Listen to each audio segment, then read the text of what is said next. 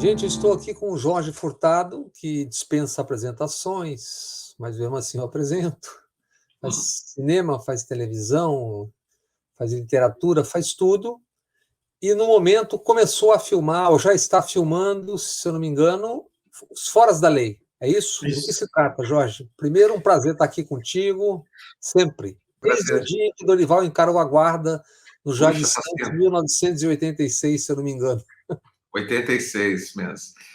Os Fora da Lei é uma comédia escrita por mim e pelo Guel Arraes sobre o labirinto de leis que a gente vive no Brasil, assim, especialmente a população de periferia mais pobre vive sob muitas leis, né? A lei do Estado, a lei da milícia, a lei da polícia, a lei da sobrevivência, a lei do tráfico. Tem muitas leis A correndo, né? lei da lei, né? Enfim. A lei e a lei da lei, né? E aí o pessoal, a gente tem que escolher qual lei cumprir, né? Porque algumas não pegam. O Brasil é um lugar onde as leis não pegam, né? Não pegou essa lei, então não se cumpre, né?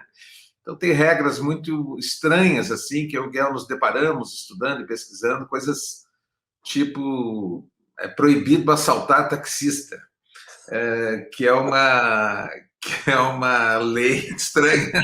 Não sei, mas essa lei é de onde, pelo amor de Deus? Essa lei vigora em algumas periferias, né? E então, mas é uma ficção, uma comédia ficção sobre sobre as trapalhadas a dificuldade que é viver num país sobre muitas leis. E eu fiz também com o Guel recentemente uma peça que chama O Debate, que é uma peça que a gente procura, vai estar pensando em encenar ou filmar brevemente, e que fala de um debate no segundo turno entre Lula e Bolsonaro.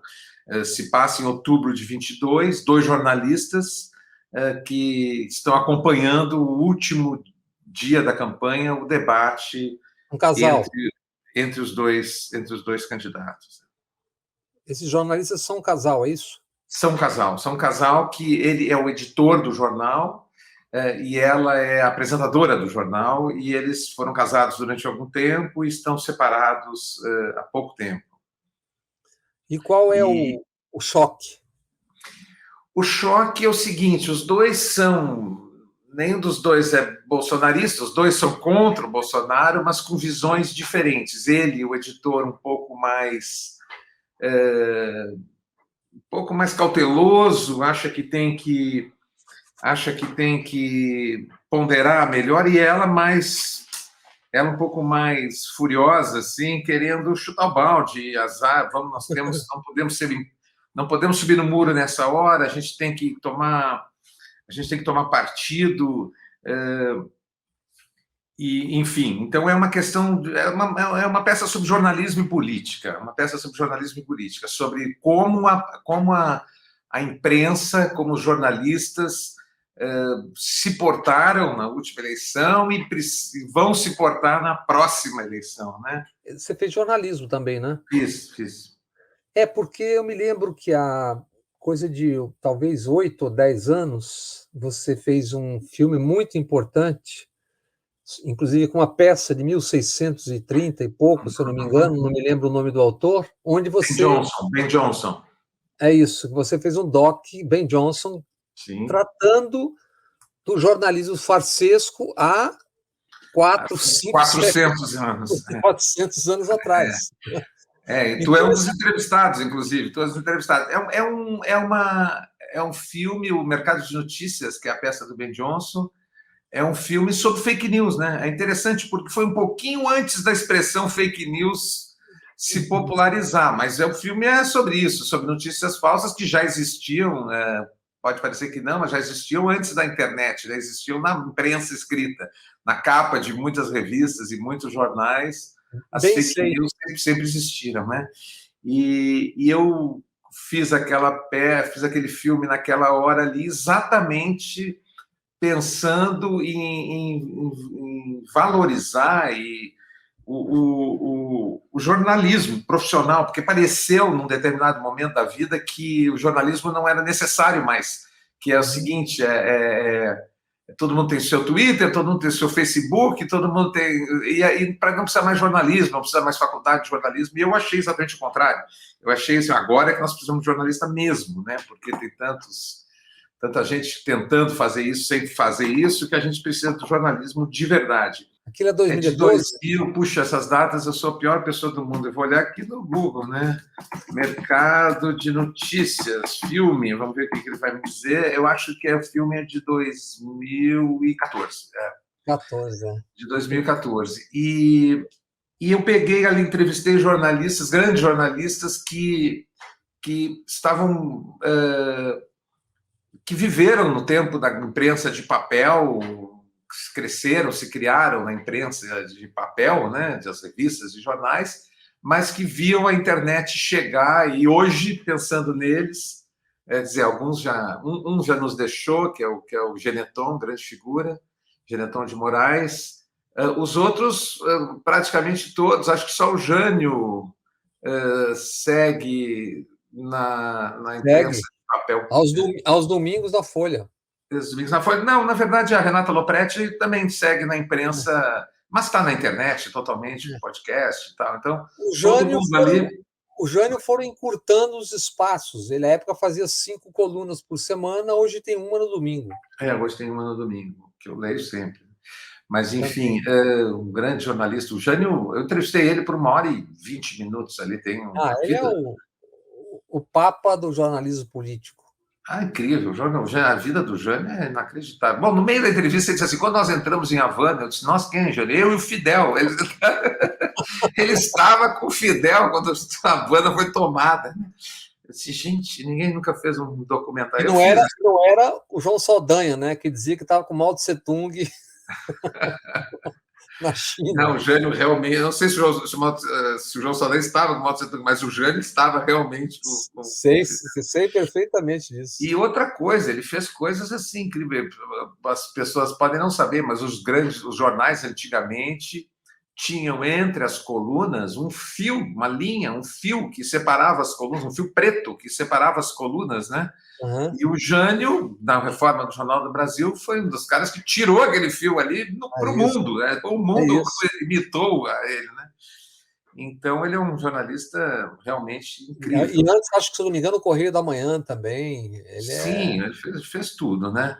E então o mercado de notícias era exatamente sobre isso, sobre o jornalismo e a política, né? Porque assim, eu sou viciado em jornalismo, não sou jornalista, mas não sei viver sem jornalismo, sem ler e ouvir.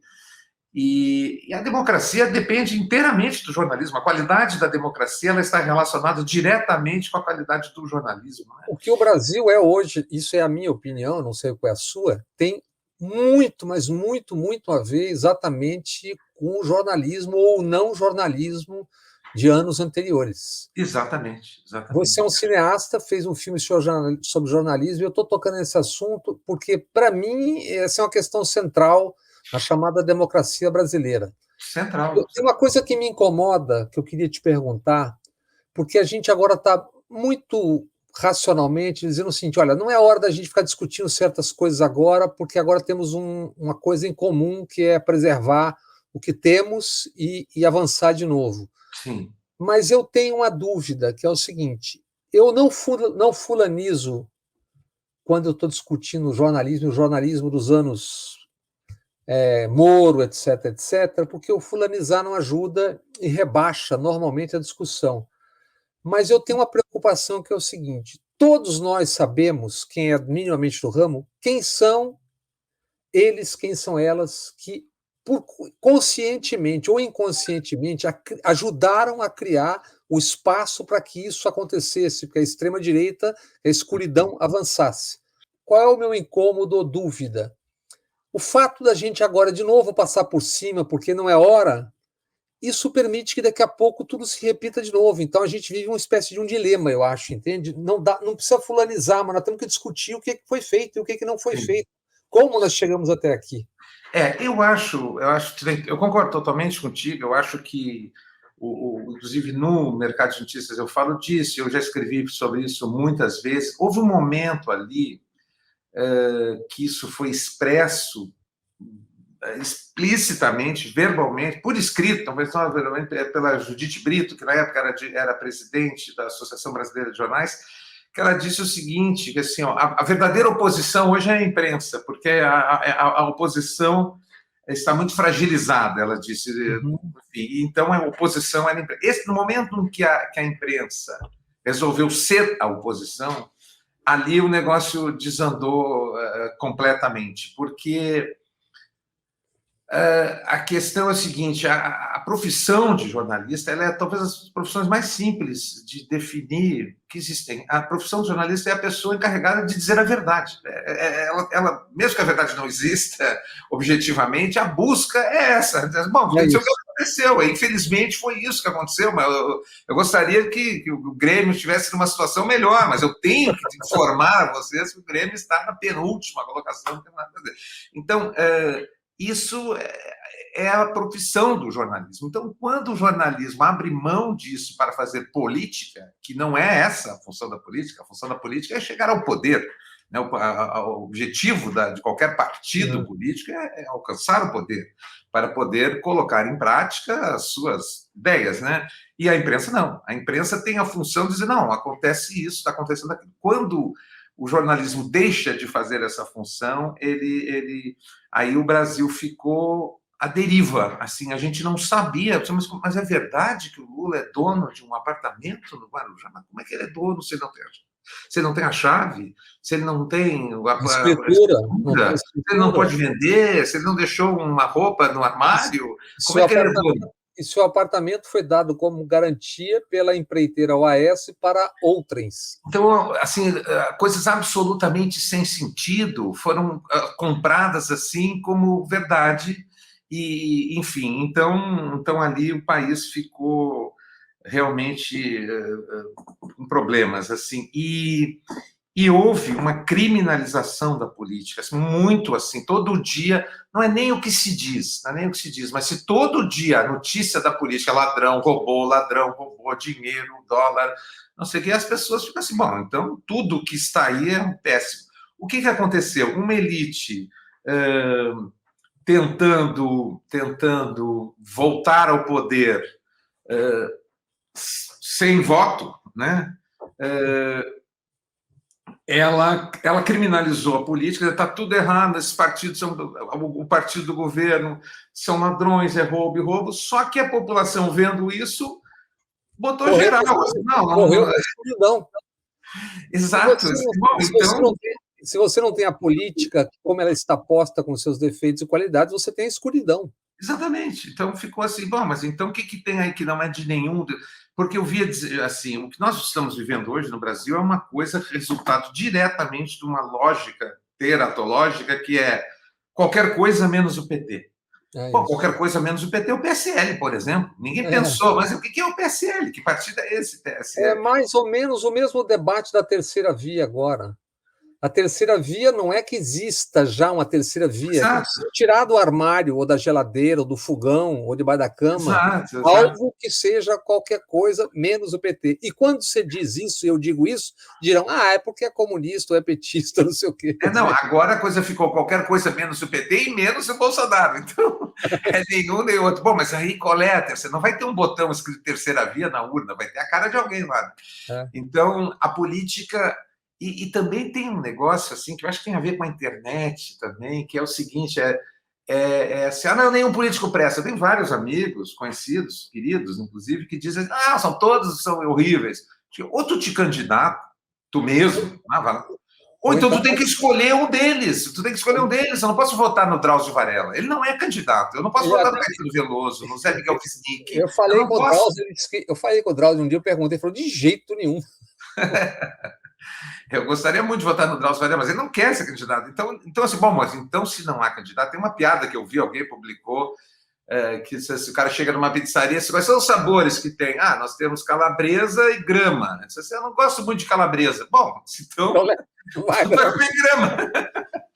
Não, quais são as opções, né? Tu tem que escolher o melhor disponível, né? E há uma empáfia, assim, de achar tudo ruim, todo mundo é ruim, não interessa, que fica assim, Isso é só um terrível. pouquinho, não é isso. Em todos os partidos, eu estou dizendo com sinceridade, eu tenho certeza absoluta que em todos, ou em quase todos os partidos, talvez o PTB seja uma exceção, tem gente séria e honesta, Isso, entendeu? isso. Tem Quem gente lá que quer cobriu, o bem comum, que quer quem cobriu o Congresso a vida inteira, eu, 9 anos morando em Brasília, e sabe que é assim, mas quando você fala, parece que você está falando uma coisa que é uma ficção absoluta.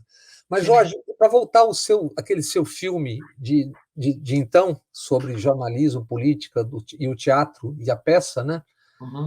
Tem uma questão de fundo nisso que leva a essa conformação do que a gente viveu, que é, você falou da verdade. Se tiver aqui 100 pessoas assistindo a nossa conversa, você provavelmente terá 100 versões da nossa conversa. O que não pode estar errado é que ela foi feita pelo StreamYard, que sua camisa era preta, a minha era branca, a não ser que alguém seja daltônico, tal, tal, tal. O resto, você vai ter 100 versões. Quer dizer, o problema da nossa empresa, me parece, é que você não tem uma estrutura que permita economicamente a pluralidade de visões. É esse que é o problema. Porque verdade, cada um terá a sua, desde que Uhum. não minta no que é o fato básico, né? Sim. É isso. E agora está vivendo um problema que vocês, quando eu digo não só o jornalismo, mas também quem faz meios, que é as big techs estão jantando o conteúdo e tudo mais, e sem respeitar leis de produção local, regional, tal e tal. Então, os meios que não queriam regulação, agora vão ter que querer, até por sobrevivência. Por sobrevivência. Na verdade, aí é uma ironia, porque os meios que não querem regulamentação esquecem que já existe uma enorme regulamentação. Já existe uma regulamentação da mídia, da imprensa. Não pode ter jornal estrangeiro, não pode ter maioria de estrangeiro, não, tem várias coisas que não pode. Cada canal, canais de TV aberta por cidade, só pode 7 no máximo, senão não cabe no ar. Tem um monte de leis, tem isenção fiscal para a imprensa de todo tipo, tem isenção de imposto para a imprensa, existem milhões de leis que já regulam a imprensa. Tem uma lei que diz que o Estado é laico, mas quando você liga a televisão à noite, só tem uma matriz religiosa, basicamente de manhã, de tarde, de noite, nas rádios e emissoras de televisão e das rádios e televisão e comunitárias Não, também. eu já fiz esse teste em debates assim, quer dizer assim, vem cá, todo mundo sabe, todos que estão nos ouvindo, nossos 100 ouvintes, que dissesse 100 pessoas que estão nos ouvindo, todos eles saberão provavelmente que a TV Record é de propriedade da Igreja Universal do Reino de Deus, certo? Todo mundo sabe isso. Todo mundo sabe que a TV Guaíba, o Correio do Povo, aqui em Porto Alegre, e a TV Record são de propriedade da Igreja Universal do Reino de Deus. Só que não são, porque é proibido pela Constituição que sejam. Né? É proibido que uma igreja tenha uma TV comercial. O que acontece? Acontece que tem alguém que é dono da TV, que é dono do jornal, que não é exatamente a igreja, mas é alguém ligado à igreja. Então, no Brasil, é aquela coisa, entrevista-se bicheiro. Estamos entrevistando um bicheiro. O bicheiro não é proibido. Não devia ser. Pode-se entrevistar um bicheiro? Não, e quando a gente estava durante o famoso impeachment, entrevistando notórios e profundamente corruptos a respeito da corrupção e pontificando toda noite nos telejornais e nas manchetes do dia seguinte. Bob, os bandidos pautaram a imprensa, fizeram a capa de revistas e jornais seguidamente, diária, semana após semana, coisas incríveis. Inclusive, no mercado de notícias, tem uma história que eu achava chocante a respeito, acho até hoje chocante, a respeito do Orlando Silva. O Orlando Silva, ministro dos esportes, ele foi denunciado por um cara que foi preso por causa de uma investigação que o Ministério fez. O cara tinha desviado de um convênio de 2,5 milhões, ele desviou 1,5 milhão da educação, um negócio de educação, foi preso e, ao sair da cadeia, disse para um cara que ele nem sabia que era jornalista, num bar, ele disse o seguinte: o ministro recebia dinheiro na garagem. Isso virou capa. E a tapioca. A capa da Veja foi isso. O ministro recebia dinheiro da garagem. e comer uma tapioca, lembra? Gastou R$ 10 na tapioca, num cartão corporativo e assim, não é que em Taguatinga, que era, não pode ser, porque tinha que ser em Brasília, ele gastou em Taguatinga. Então, era um negócio maluco, mas isso, num efeito manada, quando assim, pode bater, qualquer coisa, ninguém checa mais nada, entendeu? É isso. Isso acontece, inclusive, agora com o Bolsonaro. Isso acontece agora com o Bolsonaro, quando a imprensa diz, pode bater, agora pode bater. Mas pode bater, então libera, e as pessoas não checam absolutamente nada. Nada. É. E, ao mesmo tempo, Jorge, a gente está falando de uma coisa que é importante lembrar, porque senão fica parecendo que é um blá, blá, blá que a gente está falando para poder... Mas só para lembrar, ao mesmo tempo, uma das armas mais poderosas da imprensa brasileira é a imposição do silêncio. Por exemplo, que emissora de televisão publicou com destaque o Néstor Cerveró, dizendo: isso não é coisa do Lula, isso é coisa da época do Fernando Henrique Cardoso. A Braskem é um escândalo do governo. Você já viu? Não viu? Não, Viu na num internet. grande veículo, não. Mas, assim, os três grandes bandidos, no caso da Petrobras, do Petrolão, enfim, os três grandes bandidos Paulo Roberto Costa. de dentro da Petrobras, segundo a própria investigação da Lava Jato, eles estavam roubando a Petrobras desde 97, no mínimo. No mínimo. 97 é primeiro governo do Fernando Henrique, primeiro governo. Então, os mesmos três. Então, isso acontece a todo momento. E agora, vou te dar um exemplo que parece engraçado, mas não sei se tu lembra disso, mas uma dirigente do governo, sei lá de qual ministério que ela é, acho que é de educação, mas não tenho certeza, disse que foi na Fundação Oswaldo Cruz e viu um pênis gigante. Foi a capitã Cloroquina. Foi ela? Cujo pai, há semanas atrás ou mês atrás, morreu de Covid. Tomando cloroquina. Tomando cloroquina, sim. Não, mas assim, eu não sabia quem era, não sabia quem era. Mas, ela enfim. Era secretária do Ministério da Saúde. Da saúde. Bom, o negócio é o seguinte, eu li essa história que ela tinha. Era um áudio gravado dela dizendo que é um absurdo que ela foi lá e tinha um pênis gigante. Bom, o que todo mundo concluiu rapidamente e publicou? Que ela tinha visto o símbolo da Fundação Oswaldo Cruz, que é uma torre com a sua abóboda, e ela tinha achado que aquilo era um pênis. E todo mundo pegou no pé dela e teve piadas, até algumas bem boas, sobre ela, a obsessão dela, enfim. Por mais que ela seja capitã cloroquina, por mais que ela seja alucinada, seja preocupada com uma coisa idiota, eu achei estranho aquilo ali, fui investigar e botei simplesmente, arruinando meu algoritmo, eu procurei Fundação Oswaldo Cruz Pênis, Oswaldo Cruz Pênis, e achei um pênis inflável de verdade que tinha lá. Era uma campanha contra a AIDS. Isso, DST, tá? A campanha contra a DST. E tinha um pênis inflável. Então, ela estava delirando, estava enlouquecendo, mas nem tanto assim. Então, ninguém checa nada. Então, agora, para bater no Bolsonaro, pode bater. Então, ninguém checa. E isso aconteceu com o Collor.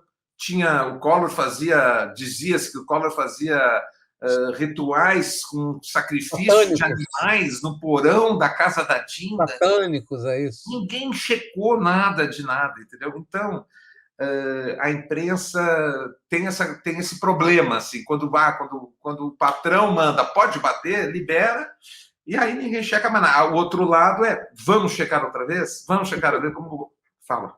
Inclusive, publicamos na retrospectiva da CPI o símbolo do pênis.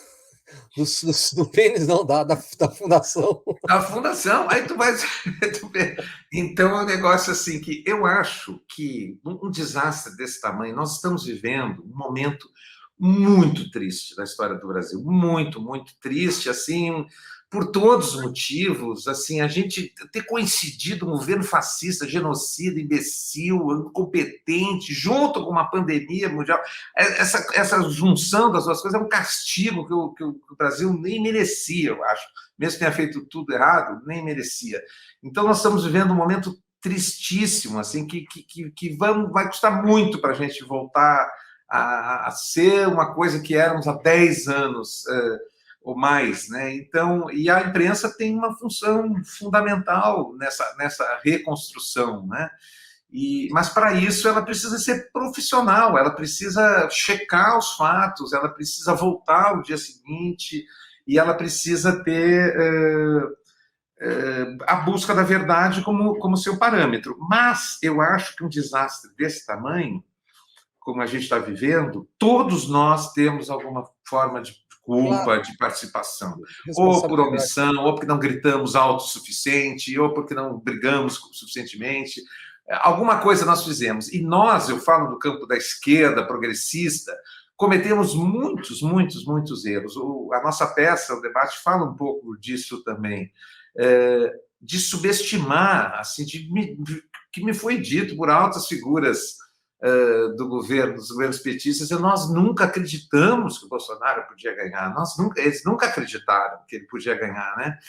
E por um desconhecimento do Brasil, e no livro eu e o Guel falamos especialmente de dois aspectos, são mais, mas dois me parecem muito marcantes: a questão da religião e a questão da violência. Exatamente. A questão da religião foi assim, um desprezo que a esquerda tem pela igreja, pelo que seja religiosidade, isso é tudo vigarista, e ignorando que 92% da população brasileira de alguma maneira, tem fé, tem algum tipo de fé, e a religião tem um papel importantíssimo na vida das pessoas, como um espaço de encontro, como um lugar de... O neopentecostalismo é o clube de quem não tem. Sim, as pessoas botam a melhor roupa, se encontram. Vai no domingo, se encontram, cantam, arranjam um emprego. Arranjam um namorado, um emprego, recomendações, se divertem. Eu acompanho há 20 anos já, quase 30, a questão dos índios suicidas, principalmente em Dourados, que eu fiz uma capa em 2001. Eram 308, hoje são 1.000 só lá.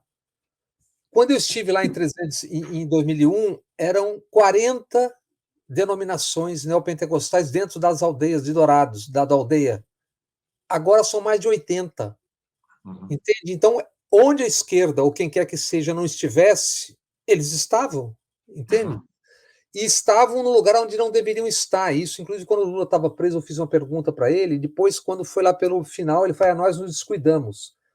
Eles estavam nas emissoras de televisão, à exceção de CNN e Globo, todas alugam horários, assim como o horário do terror, que é a hora da violência, onde os caras vendem violência a pretexto de combater a violência. E aí estão as bancadas da Bíblia, da bala do boi, não é que nasceu do nada.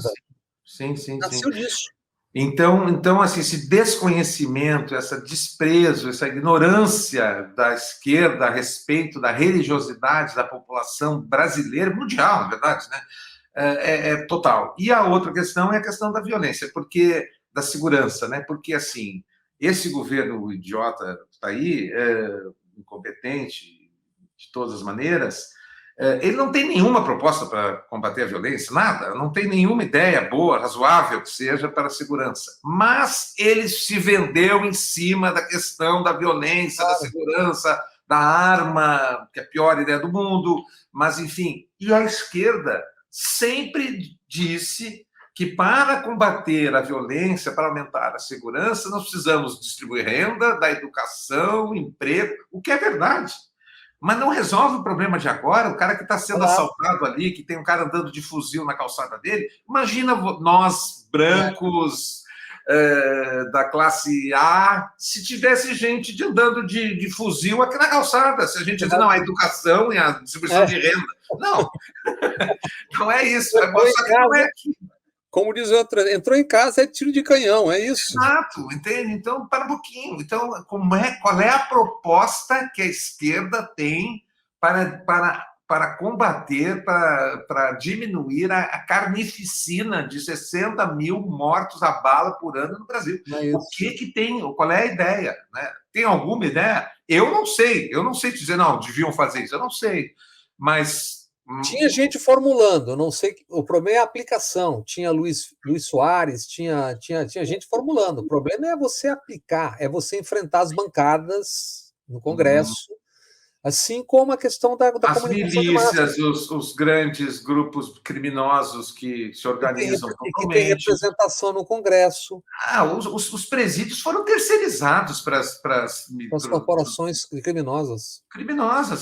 Quando teve aquela revolta em acho que não 12 sei se de é maio de 96, 12 Rondônia, de maio de Roraima. 2006, do PCC, Aham. que é É Roraima ou inacreditável. Rondônia? Não sei, foi na Que ela Amazônia. foi em Belém do Pará, que teve Não, no teve uma que é o Amazonas. seguinte, eu vi alguém dizendo assim, ó, não, esse presídio é o seguinte, esse presídio é do PCC, ou dos Amigos do Norte, ou sei lá Foi de no qual. Pará, acho, foi no Pará. Mas assim, não, o Estado bota eles lá para dentro, bota o preso lá para dentro do muro, mas lá para dentro do muro quem resolve são eles. Gente, então tu entrega, é uma universidade do crime. Um jovem que foi preso de 17, 18 anos, que foi preso com baseado ou roubando um tênis, ele chega no presídio, na porta, o cara pergunta, tu é do Comando Vermelho, tu é do PCC, tu é do MADO? O cara diz, não, não sou de nada, não, mas tu vai ter que escolher, porque aqui... Ou morre.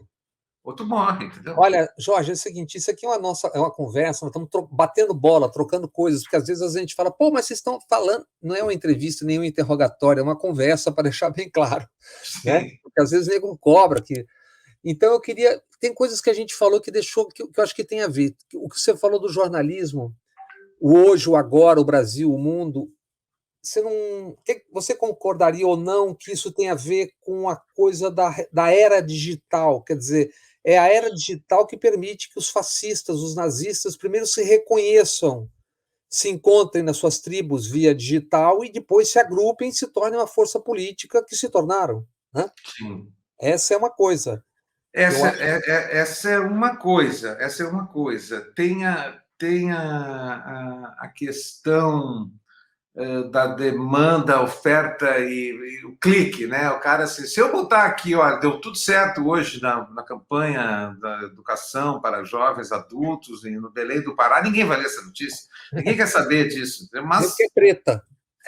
Assim, eu quero, bom, agora roubaram, não sei, bom, eu quero ver. Então, um clique, né? Esse clique, essa busca pelo clique que fez com que cada vez mais assim, a manchete tem que chamar atenção para o clique. Às vezes tu clica, tu vê a manchete, nossa, que coisa incrível, tu vai lá, a notícia nem é isso. A notícia às vezes desmente a manchete. Isso. Às vezes não é isso que estava dizendo, é o contrário. Então tem essa coisa do clique, de procurar audiência facilzinha, clicando ali.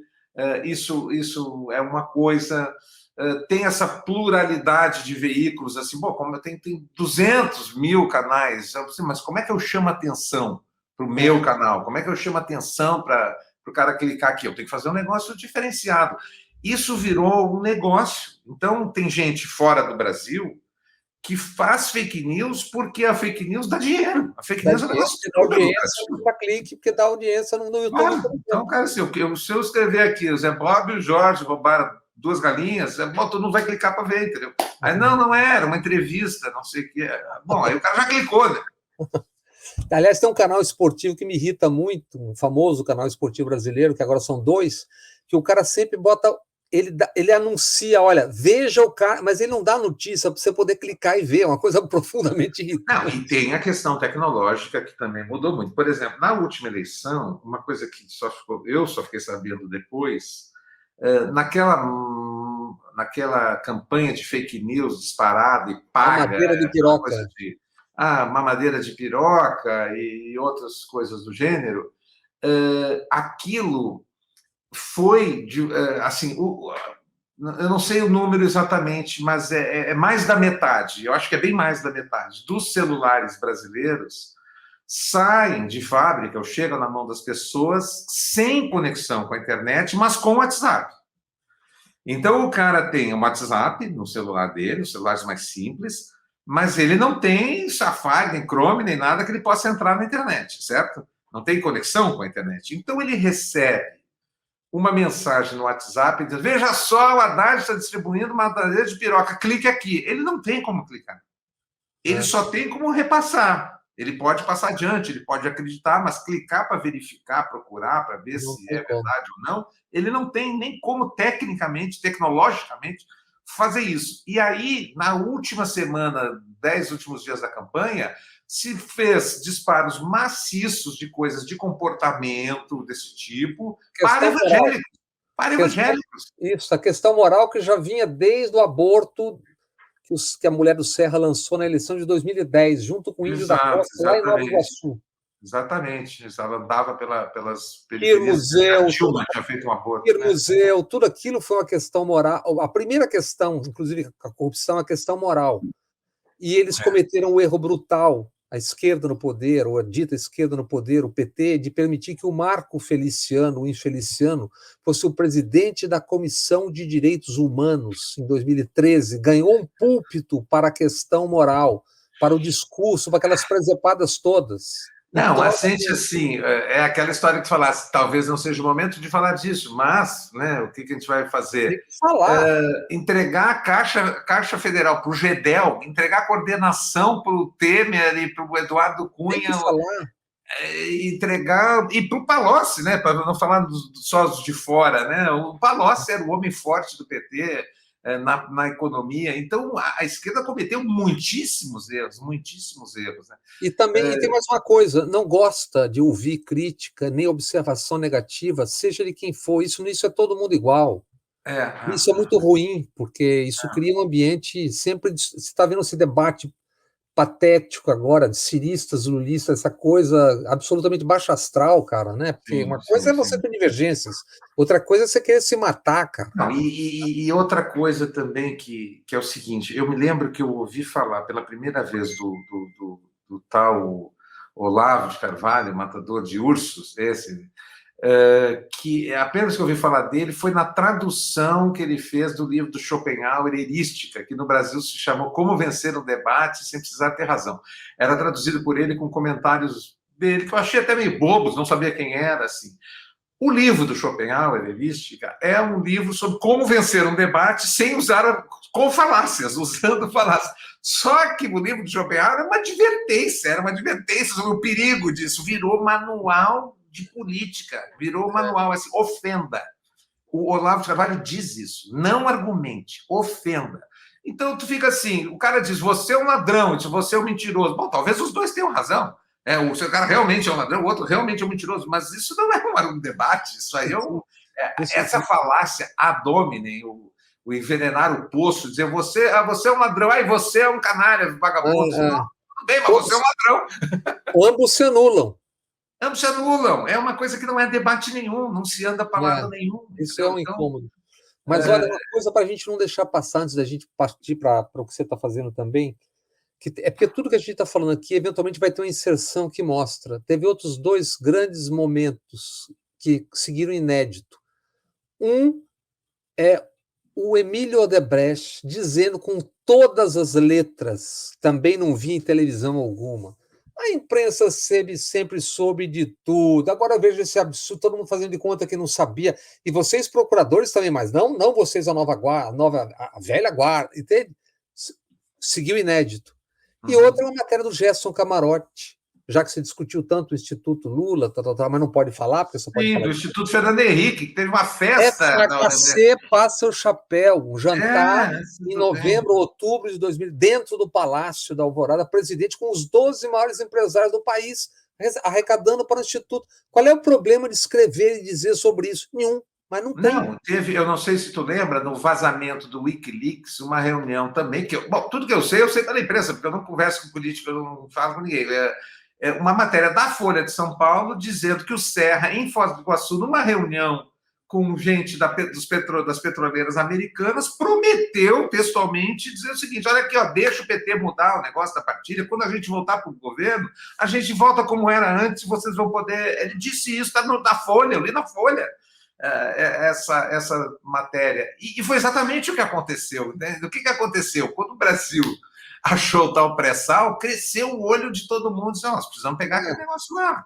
Então, isso também tem a ver com golpe. Né? E agora tem um general brasileiro que é no comando do Atlântico Sul, comandado pelos norte-americanos. Inacreditável. Enfim, mas é isso.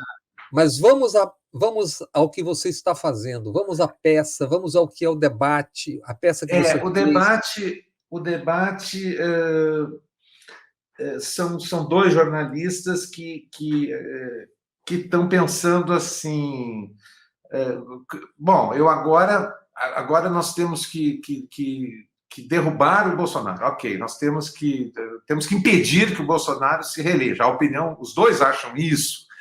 Ela quer fazer o seguinte: não, tem uma pesquisa muito boa aqui que está dizendo que o Lula está subindo e o Bolsonaro está caindo. Ele disse: não, mas essa pesquisa não é registrada no TSE, não podemos publicar. Mas elas: não, mas vou publicar assim mesmo. Então, essa lógica assim de, bom, se eu estou lutando pelo bem, pelo que eu acho que é o bem comum, eu posso ignorar critérios jornalísticos e chuto o balde, vamos embora e vamos em frente, ou não, eu tenho que dizer, não, vamos ponderar, porque está todo mundo dizendo agora, nós estamos falando isso, conversando em outubro de 2021, está todo mundo dizendo que o Bolsonaro não tem chance, o Bolsonaro já era, e eu não acho nada disso. Engano.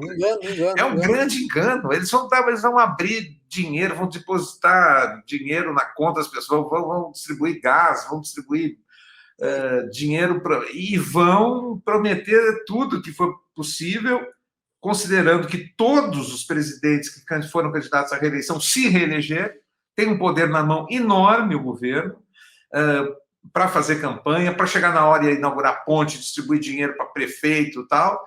Então, o Bolsonaro é um grande adversário a ser batido. Mesmo que as pesquisas hoje indiquem que o Lula está amplamente na frente, não vai ser difícil a eleição, vai ser muito difícil. Tem os verdadeiros donos do poder, os tutores, que são os militares ao lado, porque o Bolsonaro, na verdade, é uma peça nesse jogo. Os militares dominam as principais estatais do país, tem mais de 6 mil empregos, tem agora previdência própria, sem tempo de aposentadoria, de nada. Tem o pessoal da Faria Lima, né? Tem o pessoal do mercado, né? Que o mercado. Hein? O mercado, que é uma entidade. Eu conheci um que eu não vou citar o nome dele, enfim, mas ele me disse uma frase que eu achei muito interessante. Ele me disse assim: eu não sei por que vocês se preocupam com política. Se o Brasil vai bem, eu compro o índice, que chama a bolsa, né? Se o Brasil vai bem, eu compro o índice. Se o Brasil vai mal, eu compro o dólar. Qual é o problema? Esse problema é as pessoas comerem, né? As pessoas têm o que comer. São 20 milhões com fome na rua. Nós temos hoje 20 milhões de pessoas com fome e segundo algumas... 119 milhões com precariedade alimentar, sem saber se exatamente. Então, eu vi o Toledo falando isso essa semana, de um efeito túnel, né? A pessoa que está com fome, ela não pensa em mais nada, só pensa em comer. Ué, claro. Se os teus filhos estão em casa sem comida, o que tu faz? Tu sai à luta para comer, tu não pensa no futuro, nem em pagar conta, nem mais nada. Então, a gente está num momento terrível, assim, que vai piorar, né? Então, são 20 milhões de pessoas com fome, são 120, metade da população com segurança alimentar, que não sabe se vai ter o que comer a semana que vem, e que se qualquer um disser que está aqui R$400 por mês para tu comer, é ótimo, eu vou votar em ti. E nisso você e o Guel estão relendo ou readaptando Guimarães Rosa numa cidade, numa favela, numa comunidade urbana, é isso? Numa comunidade urbana no futuro. Não é uma comunidade urbana hoje no Brasil, é uma comunidade urbana daqui a pouco. Quer dizer, o Guel nem chama assim, mas eu chamo assim, eu acho que é isso. Num futuro próximo, né? No futuro próximo, o sertão é o lugar para trás de um muro onde vivem. Porque a gente, quando pensou em adaptar o Guimarães, assim, o que a gente tem que manter sem dúvida? O texto, né? O texto do Guimarães é uma coisa de outro planeta, né? Um livro que, para mim, funciona como um livro da areia, assim, eu abro em qualquer página e leio, é um enxingue, é incrível esse livro, já li não sei quantas vezes, e é um texto absurdamente poético, maravilhoso, filosófico, profundo, incrível, enfim, e uma grande aventura, é um livro inacreditável. Então, nós tínhamos que manter o texto, mas assim, sobre o que é um livro, né? O livro é sobre gangues, grupos violentos, armados, que se matam pelo poder, se matam, e um mata o outro, e a polícia chega, eventualmente, há um chefe de polícia, o Zé Bebelo, mas o resto são gangues de jagunços, né, que vão de um lado para o outro se matando, e no meio dessa guerra, uma grande paixão de Reobaldo por Diadorim. Essa é a história do Grande Sertão, sobre a violência e grupos que se matam, e sobre existe o bem, existe o mal, ou não, qual é um jagunço filosófico, né? Então, a gente, para manter, curiosamente, nós mantivemos o texto fomos muito fiéis à linguagem, às falas e à poesia do livro, trazendo ele para hoje. Porque o que o Brasil vive, em grande parte, principalmente nas periferias da grande cidade, isso que nós estamos falando, é isso mesmo, são gangues se matando e lutando para sobreviver no meio de um tiroteio, né? Uma leitura do agora, então, né? Querido, então a tarefa é refundar o Brasil, é isso? A tarefa é refundar o Brasil sob de várias maneiras, assim, ter a esperança de novo, porque a minha geração, sou um pouco mais velho que tu, e a gente achava que o Brasil só ia para frente. Eu cheguei na universidade, fiz 18 anos no meu primeiro ano de faculdade. Eu cheguei na universidade com 17 anos em 77, né? E a ditadura em 79 já foi uma abertura, já estava um pouco desmoralizada, teve anistia, volta todo mundo. Fim do AI-5. Fim do AI-5, abertura e tal, e foi um grande primeiro momento. Depois teve a luta pelas diretas, que não deu muito certo, mas pelo menos nos livramos dos militares, veio o Tancredo, então a situação, eu me lembro na minha adolescência, jovem na faculdade, que ter Fernando Henrique Cardoso de presidente da República parecia um sonho impossível. O cara sociólogo de esquerda, enfim, ter uma campanha entre Fernando Henrique e Lula, gente, que luxo, né? Então a gente estava achando que a vida só ia melhorar, que a democracia só ia progredir, só ia ir para frente. Eu nunca imaginei que nós podíamos, acho que da minha geração pouca gente imaginou isso, que a gente podia andar para trás.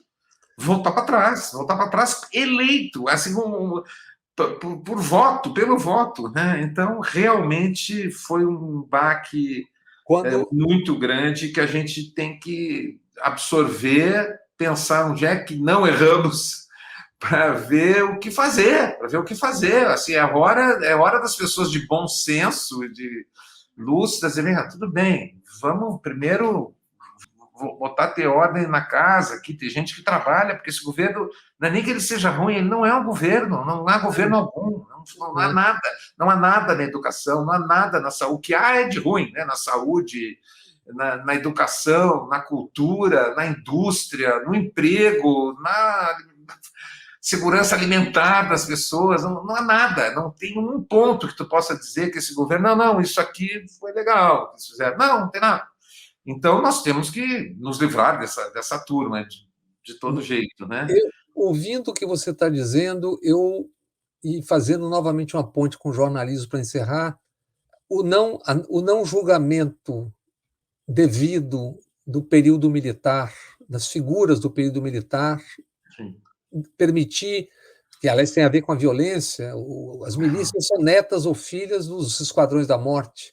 Aquilo ficou nos porões, ficou na Secretaria de Segurança, primeiro com os coronéis, etc, etc. Quer dizer, aquele não julgar foi um dos graves erros, se não lhe parece? No momento em que um sujeito vai para a tribuna do Congresso Nacional e dedica seu voto numa questão, no caso, o golpe que derrubou a Dilma, há um torturador condenado pela justiça comum, ele foi condenado como torturador, torturava mulheres na presença dos seus filhos. Botava rato na vagina de mulheres. Ele era um monstro, esse sujeito era um monstro, e o cara vai para lá e vota e dedica a ele, ainda rindo, dizendo o terror de Dilma Rousseff, ou seja, fazendo ironia com a tortura de uma mulher. Esse sujeito fez isso e saiu dali e não foi preso, virou presidente.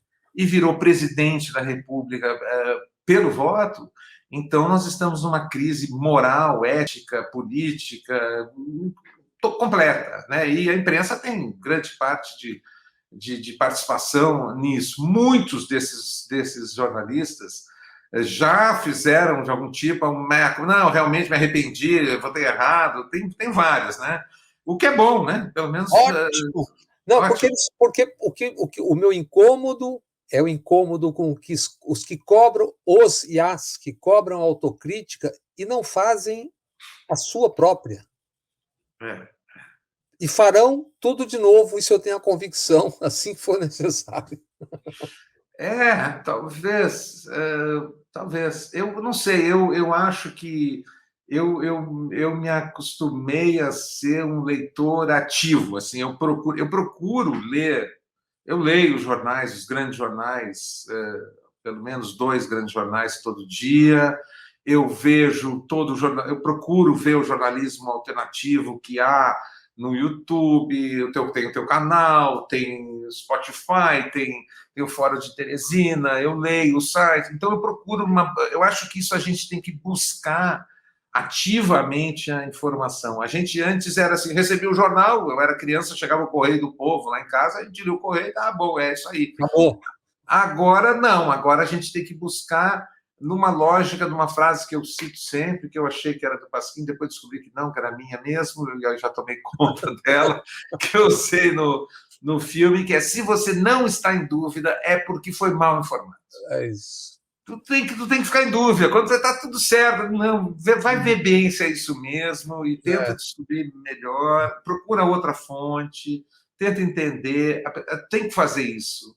Senão, tu está mal informado. E com má informação, a civilização não anda. Nada A anda.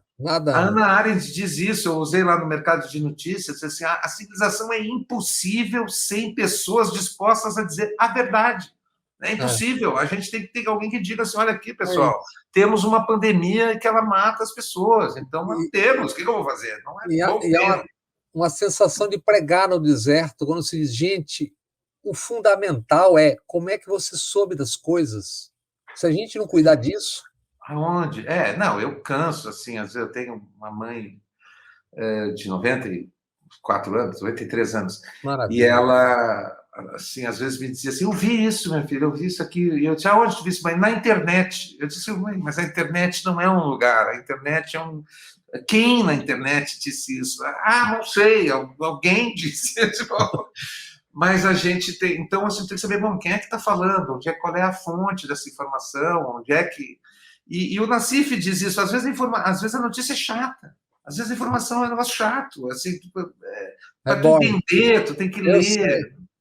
Às vezes você faz um negócio dizendo: isso aqui não vai dar audiência nenhuma, mas tem que ser feito. Tem que ser feito, tu tem que dizer: olha, está acontecendo isso, está acontecendo aquilo, mas, enfim, está registrado aqui, né? E assim, eu escrevi um negócio em 2015, eu acho que foi a primeira, eu não sei se tem alguém que falou mal do Moro publicamente antes de mim, mas eu disse: gente, como é que o juiz de Maringá, de Curitiba, da primeira instância, quer derrubar o presidente da República puxando conta? As pessoas dizem: isso é uma tecnicalidade, juiz da causa. Não, juiz natural da causa não é uma tecnicalidade. Jorge, a Odebrecht faturou mais de 20 bilhões em 20 anos na Venezuela, tinha 30 mil empregados. Lá, você dá dinheiro para a campanha não é crime, é uma coisa fiscal. Eles deram e entraram no Petrolão porque os norte-americanos queriam pegar Maduro, Chaves, etc. É isso. O Moro foi instrumentalizado pelo governo americano o tempo inteiro. Não tem ligação alguma deles com o Petrobras. Isso é um fato objetivo. Estão sendo ouvidos pelo Departamento de Estado até hoje. Eles querem pegar os chavistas. Não, e assim, ó, eles grampearam escritório de advocacia, eles grampearam cela de preso, eles chantagearam. O Léo Pinheiro estava condenado a 23 anos. Assim, ó, se tu disser o nome do Lula, tu fica 3 anos. Se alguém faz isso comigo, eu te entrego. Foi o Bob Fernandes que mandou fazer. Claro, eu faço qualquer coisa. E acabou de dizer que, na verdade, não disse nada. Que não disse nada, que o Dallagnol inventou depoimentos, forjou declarações. Então, aquilo ali foi um negócio absolutamente escandaloso que todo mundo comprava. Tá aqui, a Lava Jato, a Lava Jato. E aquilo é uma Jorge, falcatrua completa. Jorge, é sempre um enorme prazer falar contigo. Isso é uma conversa, que as pessoas sabem que é uma conversa, como estão percebendo, né? E eu não vou nem voltar para o próximo tempo, senão a gente não acaba. Eu prometi que faria só uma hora, que eu sei que você está trabalhando muito, né? Quer ver só um outro buraco na cobertura desses anos todos? O que é e como foi e como operou, o que aconteceu nos bastidores do TRF4 em Porto Alegre? Não, Nunca gente. li uma linha a respeito Não, disso. não, aquilo foi um negócio, o tribunal Domingo, cercado pelo exército, tendo que ler 200.000 páginas num calendário eleitoral. A justiça funcionou toda no calendário eleitoral, o tem que ser até Thompson cláusula. Flores, o Thompson Flores anunciando 6 meses antes que a sentença era irretocável, Era embora irretocável. ele não tivesse, embora ele não tivesse visto as provas, só as provas. Não, tem frases, não há provas, mas há convicção. A literatura permite que eu condene. Olha, tem coisas, assim, é um vexame. Tem um livro organizado pela Carol Proner, que é Crônica de uma Sentença Ah, Anunciada, eu isso, acho que é esse muito título, legal. onde 100 juristas analisam a condenação no TRF4. Olha, é um vexame, aquilo não sobra nem o clipe do processo. É um absurdo o que aconteceu, porque simplesmente a elite brasileira cansou de perder a eleição. Perderam Não, 8 não, eleições, perderam não 4 em tinha, 2 turnos não tinha voto. seguidas. E aí eles resolveram, não, vamos, chega desse assunto, vamos chutar o balde. E foi isso que aconteceu. E estamos pagando por isso, e vamos pagar por isso Isso. por muitos anos, porque nós já temos um ministro do Supremo que disse: vão ter que se acostumar comigo, porque eu vou ficar aqui 28 anos, e se deixarem entrar esse terrivelmente evangélico, jovem, os nossos netos vão viver sob as leis desse cara. Entendeu? Então, E vai ser. a economia você pode daqui a pouco dar um jeito, tem outro ciclo de commodities, o mundo muda. É, Agora, a cultura, no sentido amplo da palavra, o que foi feito, isso para você. olha, a cultura é um pesadelo que aconteceu, que está acontecendo, é um horror. Eles são inimigos da cultura e estão acabando com tudo, mas eu confio que a cultura também se recupera Claro, rapidamente. claro, Eu tenho mais medo da ciência, isso. porque gente que Quando eu fazia digo a pesquisa. cultura, Jorge, é no sentido amplo da expressão. Ah, O sim, todo, sim, sim, o não, todo, isso é terrível, isso é terrível. o todo, Mas, né? assim, gente que fazia pesquisa científica há 20 anos e perdeu tudo E vai embora. porque foi Mas embora e acabou, e desligaram o computador e terminou e demitiram. E na educação também, enfim, nós vamos sofrer e pagar nós muito vamos, menos. mas Jorge, nós vamos existir. Eu não gosto muito do resistir. Nós vamos existir e fazer. É isso. Sim, vamos. Esse é o nosso dever de casa, não é isso? Faremos. Um grande abraço, sempre um super prazer falar com você, falar sobre jornalismo, fazer sobre tudo. Prazerzão, querido. Nos Valeu, vemos. Bob. Prazer. Abração, queridão. Um abraço.